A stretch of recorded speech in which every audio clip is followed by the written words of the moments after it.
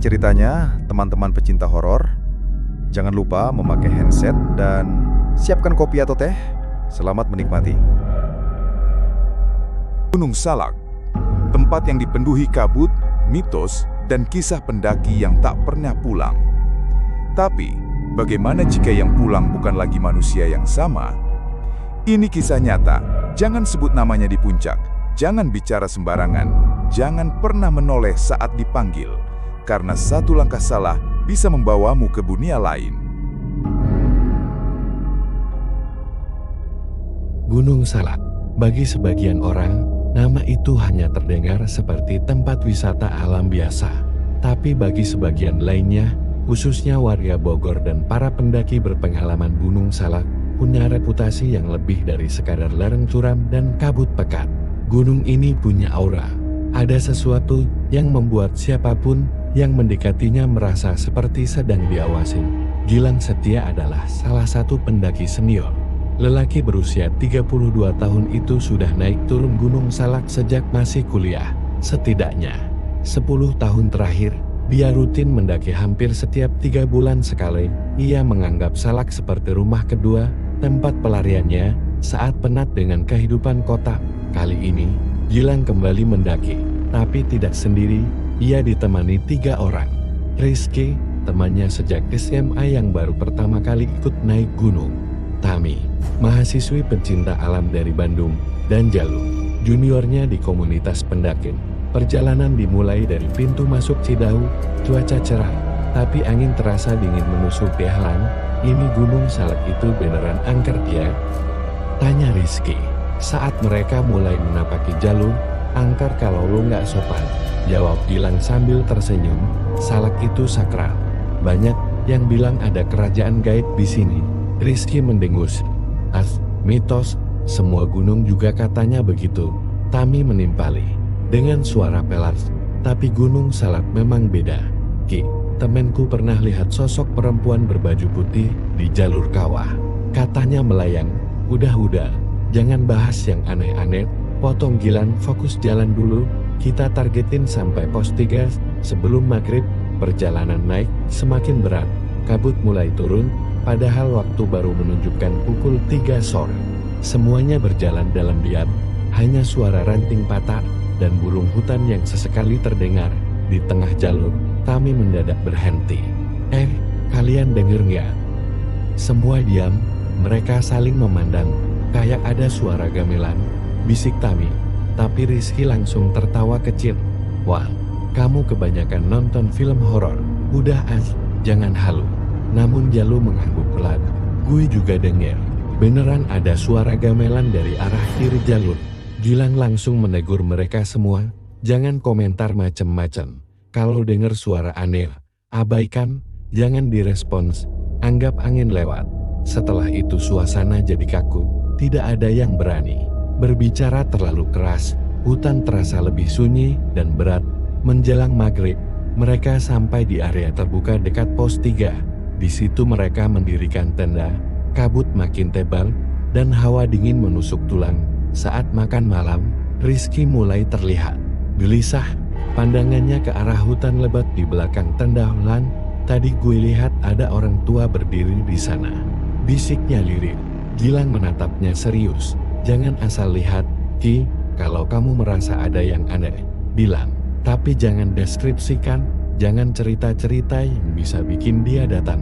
Siapa dia? Tanya Rizky makin tegang. Gue juga pernah lihat dia. Bapak tua dengan baju lusuh dan mata bolong. Tapi itu bukan manusia. Angin tiba-tiba berembus kencang. Tanda mereka bergetar. Tami langsung masuk ke dalam sambil membaca doa pelan. Jalu dan Gilang sibuk memastikan pasak tenda kuat menahan tiupan. Malam itu, mereka tidur tidak nyenyak. Rizky yang tidur di ujung merasa ada yang berjalan mengelilingi tenda. Langkah-langkah pelan di luar menyusuri keliling tenda dari arah kanan ke kiri, lalu berhenti tepat di belakang tempat ia berbaring. Dia tidak berani membuka mata, tapi dari celah kecil antara matanya yang menyipit, dia melihat ada bayangan seseorang berdiri diam di luar tenda. Pagi harinya, Rizky tampak pucat.